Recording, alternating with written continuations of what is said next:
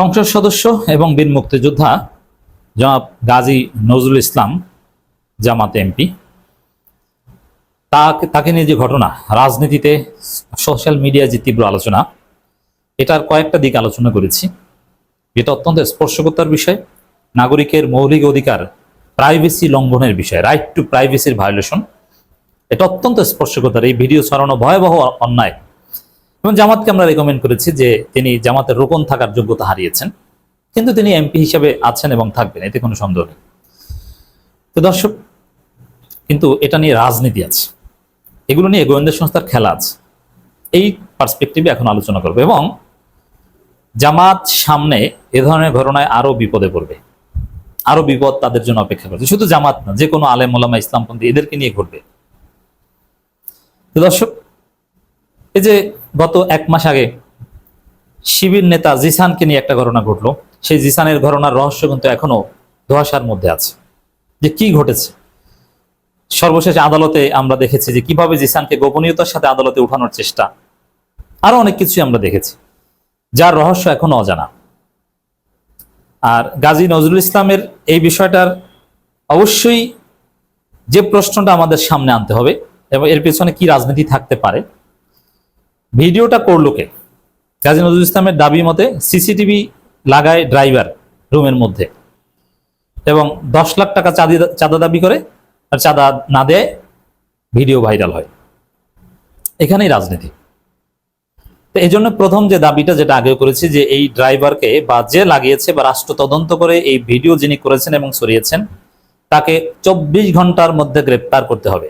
এটা নাগরিক হিসেবে আমাদের দায়িত্ব এবং গাজী নজরুল ইসলামকে এমপি হিসেবে তার ক্ষমতার প্রয়োগ করে গ্রেপ্তার করাতে হবে। আলোচনার টেবিল ঘুরিয়ে দিতে হবে।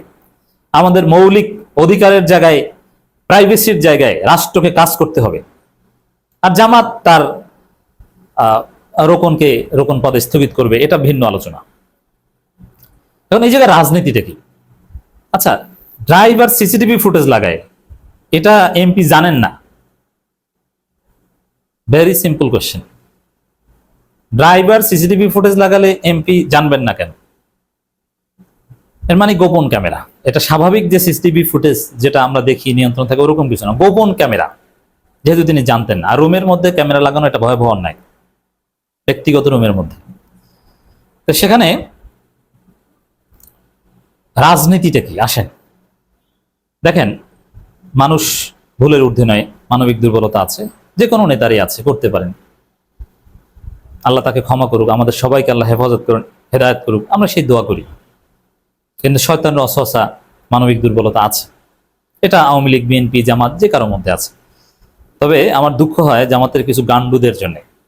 আমি মাঝে মাঝে জামাত নেতাদের সমালোচনা করি, ভুল ত্রুটি যাতে না করতে পারে, যেহেতু তারা যাতে আমাদের একটা চাপের মধ্যে থাকে, সবসময় সজাগ সতর্ক থাকে, এই জন্য মাঝে মাঝে কিছু কঠোর কথা বলি। কিন্তু সিন্ডিকেট বাজ এবং রাজাকারী চেতনায় বিশ্বাসী এয়ানত চোর জামাতের একটা অংশ আমাদেরকে গালি দেন, কারণ তাদের এই সব আকামের বিরুদ্ধে আমরা বলি।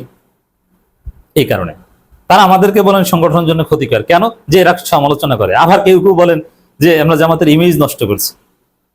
না রে ভাই, আপনি বুঝতে পারছেন, আপনার জ্ঞান নাই, আপনি মূর্খ টাইপের, আপনি অন্ধভক্ত, আপনি জ্ঞানহীন। আমরা জামাতের ভালোর জন্য, মান সম্মান ইমেজ রক্ষার জন্য সমালোচনা করি। আমি বলেছি যে এরকম ঘটনা, দুর্বলতা আছে জামাতের মধ্যে, বিভিন্ন জায়গায় আছে, কিন্তু এটা থাকা উচিত না। কেন থাকবে না? এই যে ভাইরাল হয়ে ভয়ও থাকবে না, আল্লাহর ভয় তো আছেই, কিন্তু এর সাথে আমাদের ভয় থাকবে। আমরা সমালোচনা করি, আমরা সবসময় তাদের উপর নজর রাখি, একটু এদিক ওদিক হলে সমালোচনা করি। এই যে আমাদের সমালোচনা অধিকার, তাদের মুরিদরা, এই এয়ানতচোরদের মুরিদরা আমাদেরকে গালি দিয়ে থামিয়ে দিতে চান, যাতে তারা নির্বিঘ্নে এয়ানত চুরি করতে পারে। কিন্তু না ভাই, এটা করবেন না। আমরা সমালোচনা করে সংগঠনকে পরিশুদ্ধ রাখতে চাই, এরকম ত্রুটি বিচ্যুতি যাতে না হয়, সেই জায়গাটা আমরা একটা চেকস অ্যান্ড ব্যালেন্সের মধ্যে, একটা জবাবদিহিতার মধ্যে এবং একটা ডেটারেন্সের মধ্যে রাখতে চাই। আমাদের ভয়ে অনেকেই ভুলভাল কাজ করেন না, যে এটা করতে গেলে তো সমালোচনা হবে সোশ্যাল মিডিয়ায়, আর ফেসবুকের সমালোচনায় কারো জীবন তামাতামা করে দেয়া যায়। আর আমাদের এই সমালোচনা যারা থামিয়ে দিতে চান, তারা জামাত ইসলামী শত্রু এবং তারা এয়ানত চুরির দুর্বিসন্ধি তাদের আছে, এটা আমার কাছে প্রমাণিত। যারাই গালি দেন প্রত্যেকের এই ধরনের দুর্বলতা আছে। টাকা মেরে খাওয়া, এদিক ওদিক ধানাই ফানাই করা, এবং জবাবদিহিতার স্বচ্ছতার অভাব আছে। আর আমরা যেহেতু এই সোশ্যাল মিডিয়ায় কথা, অনেকে বলেন যে গোপন কথা বলেন, ইমেজ নষ্ট করেন। গোপন কথা না ভাই, আপনার জবাবদিহিতার কথা বলি, আপনি যাতে চুরি না করতে পারেন সেই কথা বলি। কিন্তু জামাতের যারা ভালো চায় তারা ঠিকই আমাদের এই সমালোচনাকে উৎসাহিত করেন। জামাতের হাই কমান্ডের বেশিরভাগ লোক আমাদেরকে উৎসাহিত করেন, দেখলে জড়িয়ে ধরেন। জামাতের নির্বাহী পরিষদ সদস্যরা আমাদেরকে এনকারেজ করেন। অনেকে বলেন সমালোচনা করবেন, চালিয়ে যান।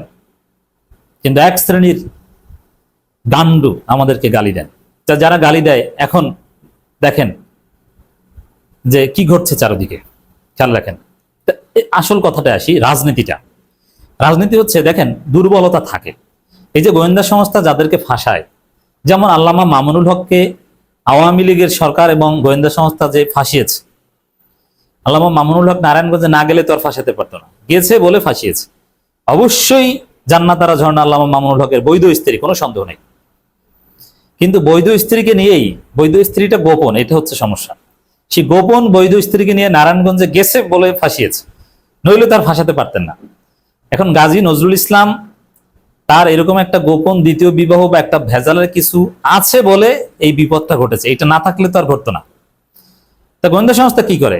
যেমন শিবির নেতা জিসানের ক্ষেত্রে যেটা আমরা ব্যাখ্যা দিয়েছি, তার একটা প্রেমের সম্পর্ক ছিল বলে ওইটাকে কেন্দ্র করে তাকে ফাঁসাতে পেরেছে। তার প্রেমের সম্পর্কটা না থাকলে তো আর ফাঁসাতে পারতো না।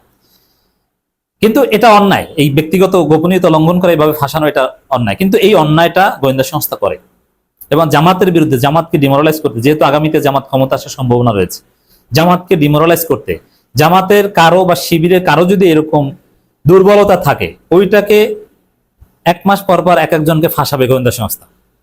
যেমন ওই যে ড্রাইভার, ওই ড্রাইভার, এরকম আরো অনেকে ড্রাইভার, পিএস, অনেক কিছুই আছে, তাকে নিয়ে গোয়েন্দা সংস্থা খেলছে, বা কোনো না কোনো ভাবে এটা 1 কান 2 কান জানাজানি হয়েছে।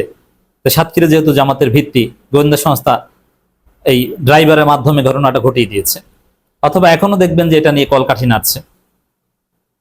তো এইভাবে জামাতের বা ইসলামপন্থীদের কারো দুর্বলতা থাকলে, অথচ এই ধরনের ঘটনা অন্যান্য রাজনীতিবিদদের ক্ষেত্রে, এমপি মন্ত্রীর ক্ষেত্রে দুধভাত, আরো কত অন্যায় তারা করে, কিছুই হয় না। এমনকি এনসিপির নেতা, এই লাগাতে চাওয়া এক নেতা, মনে আছে? ওগুলো সব ধামাচাপা হয়ে গেছে, এখন তিনি হিট নেতা।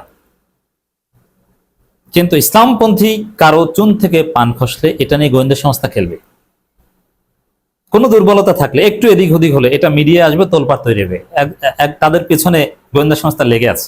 বিশেষ করে যেসব জায়গায় জামাত শক্তিশালী, জামাতকে ডিমোরালাইজ করতে এরকম অনেক খেলা পর্দার অন্তরালে সামনে চলবে। এই জন্য জামাতকে সতর্ক থাকতে হবে, সজাগ থাকতে হবে, এবং আমাদের সমালোচনা জারি রাখতে হবে যে কোনো দুর্বলতা তাদের মধ্যে থাকতে পারবে না। সাংগঠনিকভাবে জামাত জিরো টলারেন্স, এটা ঠিক আছে, কিন্তু এই দুর্বলতাগুলো থাকতে পারবে না। কারণ আপনাদের দুর্বলতা নিয়েই গোয়েন্দা সংস্থা খেলবে, এবং খেলছে। এবং এই যে গাজী নজরুল ইসলাম, তার মান সম্মান, তার জনপ্রিয়তা, তিনি যেন আর কোনোদিন এমপি না হতে পারেন, এই সব আয়োজন গোয়েন্দা সংস্থা এটা নিয়ে করবে, এবং সরকার তাল দিবে। সরকার যদি এটা তাল না দেয়, তাহলে অবশ্যই সরকার সেই ড্রাইভারকে গ্রেপ্তার করে, এবং যারা ভিডিও ছড়িয়েছে, মৌলিকভাবে প্রথম যিনি আপলোড দিয়েছেন, তাকে গ্রেপ্তার করে দৃষ্টান্ত স্থাপন করবে। কিন্তু এটা করবে না। কেন করবে না? এইভাবেই চরিত্র হনন বা বিতর্কিত করা, এটাই একটা খেলা। রাজনীতিতে এগুলো চলে, গোয়েন্দা সংস্থা এই কাজগুলো করে, ক্ষমতাসীনরা এই কাজগুলো করান।